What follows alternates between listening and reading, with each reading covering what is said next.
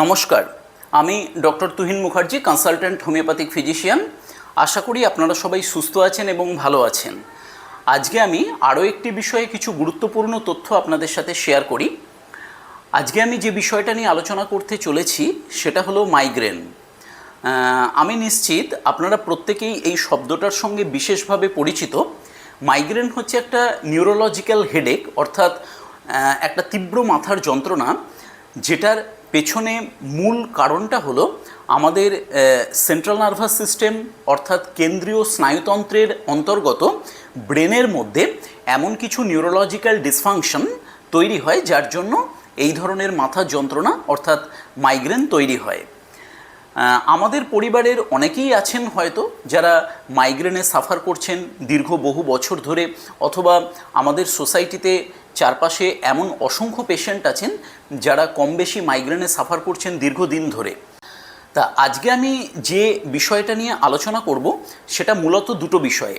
এক নম্বর হচ্ছে, যদি আপনি মাইগ্রেনে দীর্ঘ বহু বছর ধরে সাফার করেন তাহলে আপনি কিভাবে এটাকে প্রিভেন্ট অর্থাৎ প্রতিরোধ করতে পারেন এবং নিয়ন্ত্রণ করতে পারেন। আমরা আমাদের দীর্ঘ ক্লিনিক্যাল এক্সপিরিয়েন্সে দেখেছি যে সম্পূর্ণ বিনা ওষুধে কিছু নিয়মকানুন মেনে চলতে পারলে আপনি কিন্তু মাইগ্রেনকে প্রতিরোধ এবং নিয়ন্ত্রণ দুটোই করতে পারবেন।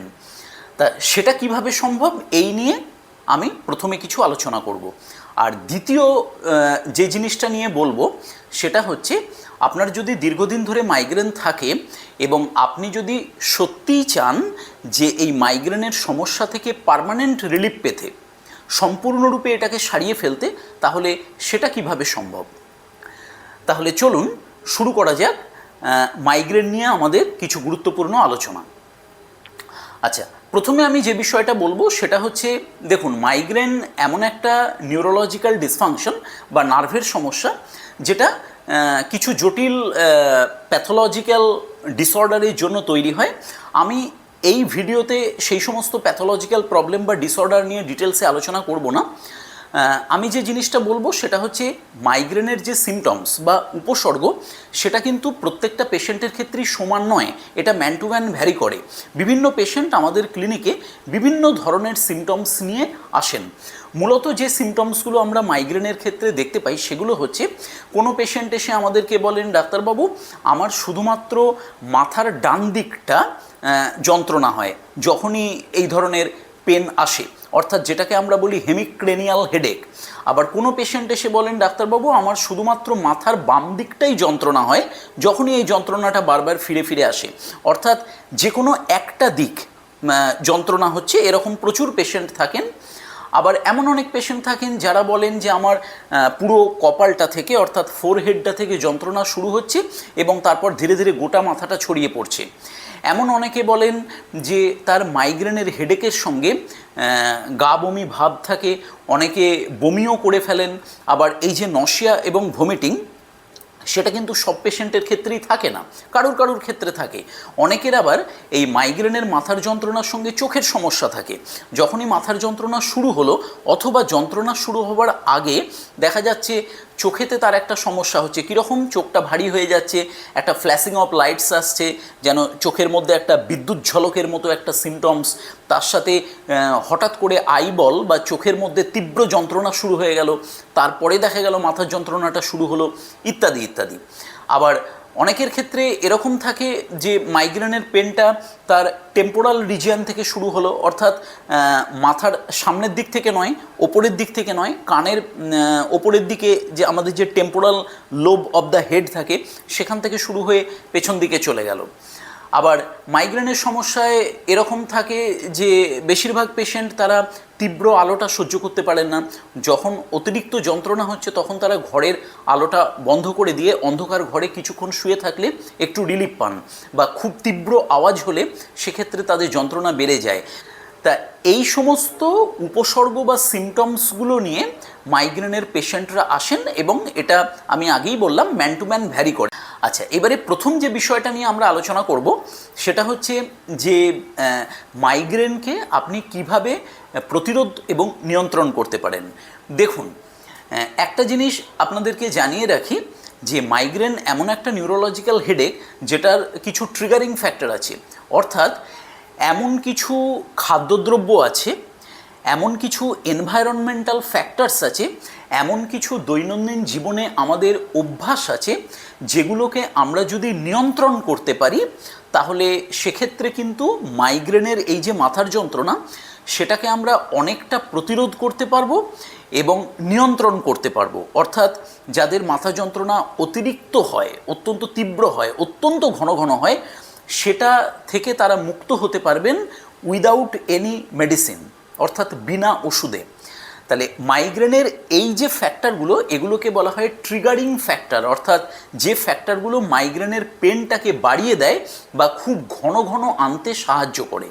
তাহলে এই ধরনের ফ্যাক্টরগুলো কি কি চলুন আমরা জেনে নিই। প্রথম কথা হচ্ছে কিছু খাদ্যাভ্যাস। এমন কিছু খাদ্যদ্রব্য আছে যার মধ্যে মনোসোডিয়াম গ্লুটামেট ব্যবহার করা হয় এবং আর্টিফিশিয়াল সুইটেনার্স ব্যবহার করা হয়। এই ধরনের খাবারগুলো যদি আপনি এড়িয়ে চলতে পারেন সচেতনভাবে, তাহলে আপনি নিশ্চিত থাকুন যে আপনার মাইগ্রেনের সমস্যা থেকে আপনি নিজেকে অনেকটাই মুক্ত করতে পারবেন। মনোসোডিয়াম গ্লুটামেট সাধারণত বেশিরভাগ ফাস্ট ফুডের মধ্যে ব্যবহার করা হয় তাদের স্বাদ বাড়ানোর জন্য। আর আমাদের বাজারে বিভিন্ন রকমের যে ফ্রুট জুস পাওয়া যায়, প্যাকেজিং ফ্রুট জুস বা এই ধরনের আরও বিভিন্ন রকম বেভারেজ, যার মধ্যে কিন্তু কৃত্রিম মিষ্টতা আনার জন্য আর্টিফিশিয়াল সুইটেনার্স ব্যবহার করা হয়। এগুলোকে যদি আপনারা যথাসম্ভব এড়িয়ে চলতে পারেন, বিশেষ করে তাদের বলছি যারা মাইগ্রেনের সমস্যায় ইতিমধ্যে সাফার করছেন, তারা কিন্তু আপনাদের মাইগ্রেনের সমস্যা থেকে নিজেদেরকে অনেকটাই মুক্ত করতে পারবেন। তাছাড়া ধরুন প্রসেসড মিটস, যে সমস্ত মাংসগুলো অনেক দিন ধরে বিভিন্ন রকমভাবে প্রসেস করে বিভিন্ন রকম খাদ্যদ্রব্য বানানোর জন্য ব্যবহার করা হচ্ছে, অনেক দিনের পুরনো চিজ অথবা ধরুন চকলেট বা ক্যাডবেরিজ খাওয়ার যাদের অতিরিক্ত বেশি অভ্যাস আছে, তারা এই ধরনের ফুড হ্যাবিট থেকে নিজেদেরকে কিছুটা বার করে আনুন বা সংযত করুন, তাহলে কিন্তু আপনি নিশ্চিতভাবে মাইগ্রেনের সমস্যাকে নিয়ন্ত্রণ এবং প্রতিরোধ দুটোই করতে পারবেন। তারপরে ধরুন কিছু এনভায়রনমেন্টাল ফ্যাক্টরস আছে অত্যন্ত গুরুত্বপূর্ণ, যেমন ধরুন হঠাৎ করে আপনি তীব্র সূর্যালোকের মধ্যে বেরিয়ে যাবেন না। স্ট্রং সানলাইট কিন্তু মাইগ্রেনের সমস্যাকে বাড়িয়ে দেয়। যদি আপনার সূর্যালোকে বেরোনোর একান্তই দরকার হয় যে কোনো কাজের জন্য, আপনি অবশ্যই একটা টুপি ব্যবহার করুন অথবা মাথাটাকে কোনো কাপড় দিয়ে ঢেকে নিন, অর্থাৎ স্ট্রং সানলাইটটা যেন ডাইরেক্ট না লাগে আপনার মাথাতে এবং চোখে। তাছাড়া ধরুন মানে ফ্ল্যাশিং লাইটের মধ্যে নিজেকে এক্সপোজ করবেন না। কোথাও একটা অত্যন্ত তীব্র হাই ফোকাস আলো জ্বলছে, সেখানে আপনি হঠাৎ করে চলে গেলেন অন্ধকার থেকে বা লো লাইট থেকে, সেইটাকে অ্যাভয়েড করুন। এইরকম ফ্ল্যাশিং লাইট বা তীব্র আলো কিন্তু মাইগ্রেনের সমস্যাকে নিশ্চিতভাবে বাড়িয়ে দেয়। স্ট্রং পারফিউম ব্যবহার করবেন না যারা মাইগ্রেনের সমস্যাতে দীর্ঘদিন ধরে সাফার করছেন। তাছাড়া ধরুন মানে ব্যারোমেট্রিক প্রেশার যদি হঠাৎ করে চেঞ্জ হয়, সেটাও কিন্তু মাইগ্রেনের সমস্যাকে বাড়িয়ে দেয়। আপনি কোনো একটা পাহাড়ি অঞ্চলে বেড়াতে গেলেন, ধরুন সমতল থেকে অনেক উঁচু পাহাড়ি অংশে খুব দ্রুত আপনি কোনোভাবে পৌঁছে গেলেন, এটা কিন্তু চলবে না। কারণ যত পাহাড়ের উচ্চ অংশের দিকে আপনি তাড়াতাড়ি যাবেন, তত সেখানকার এয়ার প্রেশার কমে যায়। এবারে হাই এয়ার প্রেশার থেকে লো এয়ার প্রেশারে আপনি যদি অত্যন্ত দ্রুত যান, সেটা কিন্তু আপনার মাইগ্রেনের সমস্যাকে নিশ্চিতভাবে বাড়িয়ে দেবে এবং আনকন্ট্রোলড করে দেবে। সুতরাং এই যে এনভায়রনমেন্টাল ফ্যাক্টরসগুলো বললাম, এগুলোকে যদি আপনি সচেতনভাবে একটু মেনে চলতে পারেন, তাহলে নিশ্চিতভাবে আপনি মাইগ্রেনের সমস্যাকে কন্ট্রোল এবং প্রিভেন্ট দুটোই করতে পারবেন। তাছাড়া ধরুন আমাদের কিছু হ্যাবিট আছে যেগুলো খুবই ব্যাড হ্যাবিট, যেগুলোর জন্য মাইগ্রেনের সমস্যা বেড়ে যায়। আপনি সারাদিন নিয়মিতভাবে এবং নির্দিষ্ট সময়ে খাওয়া দাওয়া করেন, হঠাৎ করে আপনি একদিন একটা লম্বা সময় কিছু খেলেন না বা উপোস করে থাকলেন, বা যে কোনো কারণেই হোক একটা লং আওয়ার্স আপনি মিল স্কিপ করে গেলেন, এটা কিন্তু একেবারেই করা যাবে না। এই ধরনের মিল স্কিপ করে গেলে হঠাৎ করে হয় কি, আমাদের ব্লাড সুগার লেভেল ফল করে যায়, যেটা ইনডিরেক্টলি আপনার মাইগ্রেনের সমস্যাকে নিশ্চিতভাবে বাড়িয়ে দেবে। তাছাড়া ধরুন স্লিপ প্যাটার্নের মধ্যে হঠাৎ করে কোনো চেঞ্জ আনা যাবে না। আপনি এমন কোনো মেন্টাল অ্যাংজাইটির মধ্যে পড়ে গেলেন বা স্ট্রেসের মধ্যে পড়ে গেলেন বা যে কোনো কারণেই হোক না কেন রাত্রে আপনার ঘুমের ব্যাঘাত ঘটছে, ঠিকমতো ঘুম হচ্ছে না, সেটাও কিন্তু আপনার মাইগ্রেনের সমস্যাকে বাড়িয়ে দিতে পারে। মাইগ্রেনের সমস্যা থেকে আপনি যদি মুক্ত হতে চান তাহলে জেনে রাখুন নিশ্চিতভাবে আপনার রাত্রে 7 থেকে 8 ঘন্টা সাউন্ড স্লিপ বা কোয়াইট স্লিপ অত্যন্ত জরুরি। সুতরাং ঘুম যাতে ঠিকঠাক মতো হয়, খালি পেটে আপনি যাতে না থাকেন, এই ধরনের জিনিসগুলো আপনি যদি মেনটেন করে চলতে পারেন তাহলে মাইগ্রেনের সমস্যা থেকে নিজেকে নিশ্চিতভাবে মুক্ত করতে পারবেন। আচ্ছা, এইবারে আমি কিছু লাইফস্টাইল ফ্যাক্টরসের কথা বলি যেগুলো কিন্তু আমাদের মাইগ্রেন ঘন ঘন আনার জন্য খুবই রেসপন্সিবল। যেমন ধরুন, আপনাকে সবসময় হাইড্রেটেড থাকতে হবে। আপনি দীর্ঘক্ষণ ধরে জল খাচ্ছেন না বা আপনার শরীরের ভেতর জলের অভাব হচ্ছে, অর্থাৎ আপনি ডিহাইড্রেটেড হয়ে যাচ্ছেন, সেটা কিন্তু নিশ্চিতভাবে আপনার মাইগ্রেন হেডেককে বাড়িয়ে দেবে। সুতরাং চেষ্টা করবেন সারাদিন পর্যাপ্ত পরিমাণে জল খেতে।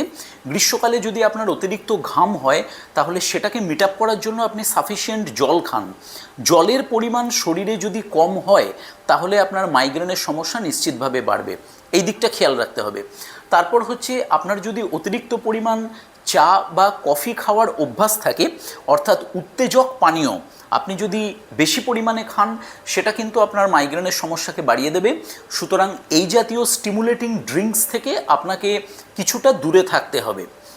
তারপর হচ্ছে, রেগুলার আপনাকে এক্সারসাইজ করতে হবে, ফ্রি হ্যান্ড এক্সারসাইজ বা যোগব্যায়াম প্রত্যেক দিন অল্প সময় করে আপনি করুন, যেটা কিন্তু ইনডিরেক্টলি মাইগ্রেনকে প্রিভেন্ট এবং কন্ট্রোল করতে সাহায্য করে। আর হচ্ছে খুব গুরুত্বপূর্ণ, স্ট্রেস রিডিউস করতে হবে, যেটা আপনারা অনেকেই জানেন। আপনি যদি খুব ঘন ঘন অ্যাংজাইটি, ডিপ্রেশন বা মেন্টাল স্ট্রেসের মধ্যে ভুগতে থাকেন তাহলে সেটা কিন্তু আপনার মাইগ্রেনকে নিশ্চিতভাবে ট্রিগার করবে। এবং আপনি যদি নিজেকে খুব কাম অ্যান্ড কোয়াইট রাখতে পারেন, খুব হ্যাপি রাখতে পারেন, মেন্টাল স্ট্রেস অ্যাংজাইটিগুলোকে বিভিন্ন রকমভাবে আপনি কন্ট্রোল করতে পারেন বা নিজের নিয়ন্ত্রণের মধ্যে রাখতে পারেন, তাহলে নিশ্চিতভাবে আপনি মাইগ্রেনের সমস্যা থেকে মুক্ত হতে পারবেন এবং এটাকে নিয়ন্ত্রণ করতে পারবেন। আচ্ছা, এই যে ব্যাপারগুলো, এগুলো হলো এনভায়রনমেন্টাল ফ্যাক্টরস।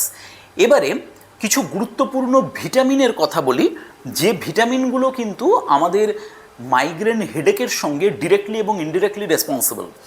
তার মধ্যে খুব ইম্পর্টেন্ট হচ্ছে ভিটামিন B12 বা কোবালামিন। আপনি যদি দীর্ঘদিন ধরে ভিটামিন B12-এর অভাবে ভুগতে থাকেন তাহলে আপনার নার্ভের যে স্বাভাবিক বিপাকক্রিয়া বা মেটাবলিজম সেটা কিন্তু হ্যাম্পার্ড হবে এবং সেটা কিন্তু আপনার মাইগ্রেনকে ট্রিগার করবে। সুতরাং অবশ্যই আপনাকে খেয়াল রাখতে হবে আপনার শরীরে যেন ভিটামিন B12-এর অভাব না হয়। তারপর আরেকটা বলি, vitamin B complex. Vitamin B কমপ্লেক্সের আন্ডারে অত্যন্ত গুরুত্বপূর্ণ তিনটে ভিটামিন, ভিটামিন B6, B9 এবং B12। এই তিনটে ভিটামিন অত্যন্ত গুরুত্বপূর্ণ। দেখুন, এই তিনটে ভিটামিনের অভাব যদি আপনার শরীরে থাকে এবং সেটা যদি দীর্ঘদিন ধরে থাকে তাহলে আমাদের রক্তে একটা ক্ষতিকারক অ্যামিনো অ্যাসিডের কোয়ান্টিটি বেড়ে যায়, যার নাম হচ্ছে হোমোসিস্টিন। এই হোমোসিস্টিন নিয়ে আমি বিস্তারিত আলোচনা আমার অন্য ভিডিওতে করেছি, বিশেষ করে যে ভিডিওগুলোতে আমি হার্ট ডিজিজ সম্পর্কে আলোচনা করেছি সেখানে। তো এখন প্রবলেমটা কি, এই হোমোসিস্টিন এমন একটা ক্ষতিকারক অ্যামিনো অ্যাসিড যেটা আমাদের লিভারে তৈরি হয়। এটা যদি আমাদের ব্লাড সার্কুলেশনের মধ্যে বেড়ে যায় এবং এটার কোয়ান্টিটি দীর্ঘদিন ধরে বেশি চলতে থাকে তাহলে এটা আমাদের শরীরের সমস্ত ব্লাড ভেসেলস, শিরা, উপশিরা, ধমনী, প্রত্যেকটা ব্লাড ভেসেলসের যে ইনার ওয়ালটা সেটাকে ড্যামেজ করে দেয়। অর্থাৎ ব্লাড ভেসেলসের যে নর্মাল স্ট্রাকচার সেটাকে নষ্ট করে এবং সেটার ফলে আমাদের বিভিন্ন অর্গ্যান ক্ষতিগ্রস্ত হয়, লিভার ক্ষতিগ্রস্ত হয়, কিডনি ক্ষতিগ্রস্ত হয়, হার্টের মারাত্মক রকম ডিজিজ দেখা দেয়। শুধু তাই নয়, এই হোমোসিস্টিন লেভেল দীর্ঘদিন ধরে বেশি থাকলে সেটা ইনডিরেক্টলি আপনার মাইগ্রেন তৈরি করার জন্য যথেষ্ট রেসপন্সিবল। সুতরাং আপনার রক্তে যদি হোমোসিস্টিন লেভেল একদম নর্মাল রেঞ্জের মধ্যে থাকে বা যতটা সম্ভব কম থাকে তাহলে আপনি মাইগ্রেনকে প্রিভেন্ট এবং কন্ট্রোল দুটোই করতে পারবেন। এবং এই হোমোসিস্টিন লেভেলকে কন্ট্রোল করার একটাই মাত্র উপায় হচ্ছে আপনার শরীরের মধ্যে ভিটামিন B6, B9 এবং B12 এই তিনটে ভিটামিনের মাত্রা স্বাভাবিক রাখতে হবে। আরেকটা জিনিস বলি, খুব ইম্পর্টেন্ট ভিটামিন ডি। আপনারা অনেকেই জানেন ভিটামিন ডি মূলত আমাদের শরীরের হাড় বা বোনের নর্মাল স্ট্রাকচারকে মেনটেন করতে সাহায্য করে। এ কথা আপনারা নিশ্চয়ই অনেকেই জানেন। ভিটামিন ডি এর যদি অভাব দীর্ঘকালীন আমাদের শরীরে হয় তাহলে আমাদের হাড় দুর্বল হয়ে যায় এবং বিশেষ করে মহিলাদের ক্ষেত্রে হাড়ের অস্টিওম্যালেসিয়া, অস্টিওপোরোসিস এই ধরনের মারাত্মক কিছু ডিজিজ দেখা দেয়, যেগুলো কমপ্লিটলি কিওর করাও অনেক সময় যায় না। কিন্তু ভিটামিন ডি যদিও হাড়ের প্রধান উপাদান, কিন্তু জেনে রাখুন দীর্ঘকালীন ভিটামিন ডি এর অভাবে কিন্তু আমাদের নার্ভাস সিস্টেমেরও মারাত্মক ক্ষতি হয় এবং তার ফলে কিন্তু এই মাইগ্রেনের মতো হেডেক তৈরি হয়। এই ভিটামিন ডি কিন্তু আমাদের শরীরে যদি প্রত্যেক দিন 1000 থেকে 4000 ইন্টারন্যাশনাল ইউনিট আমরা প্রবেশ করাতে পারি তাহলে সেটা কিন্তু আমাদের মাইগ্রেনকে প্রিভেন্ট এবং কন্ট্রোল দুটোই করতে পারে। তারপর হচ্ছে ম্যাগনেসিয়াম একটা অত্যন্ত গুরুত্বপূর্ণ মিনারেল, যেটা আমাদের শরীরের জন্য ট্রেস মিনারেল বলা হয়। এই ম্যাগনেসিয়াম আমাদের নার্ভাস সিস্টেমকে স্টেবিলাইজ করতে সাহায্য করে। আমাদের শরীরের প্রত্যেকটা স্নায়ু বা নার্ভের যে নর্মাল স্ট্রাকচার এবং ফাংশন সেটাকে মেনটেন করতে সাহায্য করে এই ম্যাগনেসিয়াম। আপনার শরীরে যদি ম্যাগনেসিয়ামের অভাব দীর্ঘদিন ধরে থাকে তাহলে সেটা নিশ্চিতভাবে আপনার স্নায়ুকে ক্ষতিগ্রস্ত করবে এবং মাইগ্রেনের মতো সমস্যা তৈরি করবে। এটা গবেষণার মাধ্যমেই দেখা গেছে। আমরা এটা দেখেছি যে আমাদের শরীরে যদি প্রত্যেক দিন 400 মিলিগ্রাম করে ম্যাগনেসিয়াম আমরা প্রবেশ করাতে পারি তাহলে সেটা কিন্তু আমাদের মাইগ্রেনের সমস্যাকে অনেকটাই কন্ট্রোল করে এবং আমরা যাদের অলরেডি মাইগ্রেন আছে, দীর্ঘদিন ধরে সাফার করছেন, তারা এটাকে খুব ভালোভাবে নিয়ন্ত্রণ করতে পারবেন। সুতরাং এই যে তিনটে ভিটামিনের কথা বললাম, ভিটামিন B12 বা কোবালামিন, তার সাথে ভিটামিন B6, B9, B12 এবং অবশ্যই আরেকটা ভিটামিনের কথা বলি সেটা হচ্ছে ভিটামিন B2। সেটাও কিন্তু আমাদের নার্ভাস সিস্টেমকে তার নর্মাল স্ট্রাকচার এবং ফাংশনকে ঠিক রাখতে সাহায্য করে। তাহলে ভিটামিন বি কমপ্লেক্সের আন্ডারে এই ভিটামিনগুলো, ভিটামিন ডি এবং ম্যাগনেসিয়াম ট্রেস মিনারেল, এইগুলো যদি আপনি খাবার দাবারের মাধ্যমে বা সূর্যালোকের মাধ্যমে আমরা ভিটামিন ডিটা পাই, সূর্যালোক এবং বিভিন্ন ধরনের খাবার দাবারের মাধ্যমে এর সঠিক পরিমাণ আপনার শরীরে আপনি মেনটেন করে চলতে পারেন তাহলে নিশ্চিতভাবে আপনি মাইগ্রেনকে প্রিভেন্ট এবং কন্ট্রোল দুটোই করতে পারবেন। তাহলে এই যে ব্যাপারটা নিয়ে আমি আলোচনা করলাম এগুলো হলো মাইগ্রেনের ট্রিগারিং ফ্যাক্টর। এই ট্রিগারিং ফ্যাক্টরগুলোকে আপনি কন্ট্রোল করতে পারলে খুব সহজেই মাইগ্রেনকে আপনি কন্ট্রোল করতে পারবেন। এইবারে যে দ্বিতীয় বিষয়টা নিয়ে আমি আলোচনা করতে চলেছি এবং শেষ বিষয়, সেটা হচ্ছে আপনারা যারা দীর্ঘদিন ধরে মাইগ্রেনে সাফার করছেন তারা নিশ্চিতভাবে প্রপার হোমিওপ্যাথিক চিকিৎসার মাধ্যমে মাইগ্রেন থেকে সম্পূর্ণ মুক্ত হতে পারবেন। হোমিওপ্যাথিক সিস্টেম অফ মেডিসিনে মাইগ্রেন হেডেককে খুব দ্রুত কমানোর জন্য দুর্দান্ত সমস্ত মেডিসিনস আছে। আমি খুব ছোট্ট করে কয়েকটা মেডিসিনের কথা আপনাদেরকে জানিয়ে রাখি। যেমন ধরুন আপনার মাইগ্রেনের হেডেক যদি শুধুমাত্র ডান দিকটাতে হয়, মানে রাইট হাফ অফ দ্য হেডে হয়, সেক্ষেত্রে স্যাঙ্গুইনারিয়া ক্যানাডেন্সিস হচ্ছে অত্যন্ত গুরুত্বপূর্ণ একটা মেডিসিন যেটা এই ধরনের মাথা যন্ত্রণাকে খুব দ্রুত কমিয়ে দিতে পারে। আবার আপনার মাইগ্রেনের মাথা যন্ত্রণা যদি মূলত বেশিরভাগ সময় দেখা যাচ্ছে বাম দিকটাতে হয়, অর্থাৎ left half of the head, সেক্ষেত্রে স্পাইজেলিয়া মেডিসিনটা দুর্দান্ত কাজ করে। আবার ধরুন অনেকেই বলেন যে আমার পুরো মাথাটাই যন্ত্রণা হচ্ছে, পুরো কপাল থেকে শুরু হয়ে সমগ্র মাথাটা ধরে যাচ্ছে এবং অত্যন্ত দপদপ করে, অর্থাৎ থ্রবিং টাইপ অফ একটা পেন হচ্ছে। এই ধরনের যন্ত্রণার ক্ষেত্রে উসনিয়া বারবাটা বলে একটা মেডিসিন আছে যে মেডিসিনটা দুর্দান্ত কাজ করে, এই ধরনের পেনকে খুব কুইক রিলিফ দিয়ে দেয়। তারপরে ধরুন আপনার মাথা যন্ত্রণা যদি এরকম হয় temporal lobe of the head থেকে শুরু হয়, অর্থাৎ কানের ওপরের এই অংশটা থেকে, এবং সেখান থেকে যন্ত্রণাটা শুরু হয়ে ধীরে ধীরে মাথার পেছন দিকে চলে যাচ্ছে এবং তার সাথে আপনার ডান দিকের চোখটা অস্বাভাবিক যন্ত্রণা হচ্ছে, এই রকম উপসর্গ যদি আপনার থাকে সেক্ষেত্রে প্রুনাস স্পাইনোসা মেডিসিনটা খুব ভালো কাজ করে এই ধরনের যন্ত্রণাকে দ্রুত কমিয়ে দেওয়ার জন্য। তারপরে ধরুন মাইগ্রেনের পেন অনেক পেশেন্টের ক্ষেত্রেই এরকম হয় পিরিয়ডিক্যাল হেডেক, অর্থাৎ নির্দিষ্ট একটা সময় বা আওয়ার্সের মধ্যে তার পেনটা শুরু হয়। এই ধরনের পিরিয়ডিক্যাল হেডেক যাদের থাকে তাদের জন্য একটা খুব ভালো মেডিসিন আছে, তার নাম হচ্ছে সেড্রন। এই মেডিসিনটা তারা যদি কিছুদিন কন্টিনিউ করেন তাহলে এই ধরনের পিরিয়ডিক্যাল হেডেক থেকে তারা মুক্ত হতে পারবেন বা ধীরে ধীরে ব্যাপারটা চলে যাবে। তা আমি যে এই যে মেডিসিনগুলোর কথা বললাম, দেখুন এই মেডিসিনগুলো প্রত্যেকটাই কিন্তু আপনাকে টেম্পোরারি রিলিফ দেবে, অর্থাৎ এই মেডিসিনগুলো অ্যাকচুয়ালি হচ্ছে নিউরোলজিক্যাল পেন কিলার, অসাধারণ সমস্ত পেন কিলার ড্রাগ যেগুলো আপনাকে ফাস্টেস্ট রিলিফ দিয়ে দেবে। কিন্তু এই মেডিসিনগুলো কোনোটাই আপনাকে পার্মানেন্ট রিলিফ দেবে না। আপনি যদি আপনার মাইগ্রেনের সমস্যা থেকে স্থায়ীভাবে মুক্ত হতে চান, অর্থাৎ পার্মানেন্ট রিলিফ পেতে চান, তাহলে সেক্ষেত্রে আপনি আপনার নিকটবর্তী হোমিওপ্যাথিক ডাক্তারবাবুর সঙ্গে যোগাযোগ করুন। তিনি আপনার প্রপার কেস টেকিং করে আপনার কনস্টিটিউশনাল ট্রিটমেন্ট করবেন এবং একমাত্র হোমিওপ্যাথিক কনস্টিটিউশনাল ট্রিটমেন্টের মাধ্যমে আপনি মাইগ্রেনের সমস্যা থেকে সম্পূর্ণ মুক্ত হতে পারবেন। সেই সমস্যা আপনার যতদিন বা যত বছরই থাকুক না কেন। তার সাথে এই যে সমস্ত আমি অ্যাকিউট মেডিসিনগুলোর কথা বললাম, এই অ্যাকিউট মেডিসিনগুলো আপনি যদি সঠিকভাবে পর্যালোচনা করে, অর্থাৎ কোনটা কোন ক্ষেত্রে কাজে লাগবে সেটাকে একটুখানি বিচার বিবেচনা করে আপনি অ্যাডমিনিস্টার করতে পারেন, তাহলে আপনার মাইগ্রেনের যে মাথার যন্ত্রণা সেটা কিন্তু চট করে রিলিফ পেয়ে যাবেন, অর্থাৎ টেম্পোরারি রিলিফ পেয়ে যাবেন খুব তাড়াতাড়ি। তাহলে মাইগ্রেন নিয়ে যারা সাফার করছেন দীর্ঘ বহু বছর ধরে, তাদের কাছে আমার একটাই অ্যাডভাইস যে এই ব্যাপারটাকে ইগনোর করবেন না, প্রপার হোমিওপ্যাথিক ট্রিটমেন্ট করুন এবং সেটা যদি আপনি একটু ধৈর্য ধরে বেশ কয়েক মাস ধরে ডাক্তারবাবুর পরামর্শ মতো ঠিক করে ট্রিটমেন্ট করতে পারেন এবং ঠিকভাবে মেডিসিনটা খেতে পারেন, তাহলে একটা সময় পরে মাইগ্রেনের প্রবলেম থেকে আপনি সম্পূর্ণরূপে মুক্ত হয়ে যাবেন। এবং মেডিসিন ডিসকন্টিনিউ হওয়ার পরেও যখন আপনি ফলো আপ ট্রিটমেন্টের মধ্যে থাকবেন, তখনও আপনি দেখবেন যে আপনার মাইগ্রেনের যে সমস্যাটা ছিল ডে আফটার ডে বা ইয়ার্স আফটার ইয়ার্স, সেটা সম্পূর্ণরূপে চলে গেছে। তাহলে মাইগ্রেনকে প্রিভেন্ট করে, মাইগ্রেনকে কন্ট্রোল করে আপনারা প্রত্যেকে সুস্থ থাকুন, ভালো থাকুন। নমস্কার।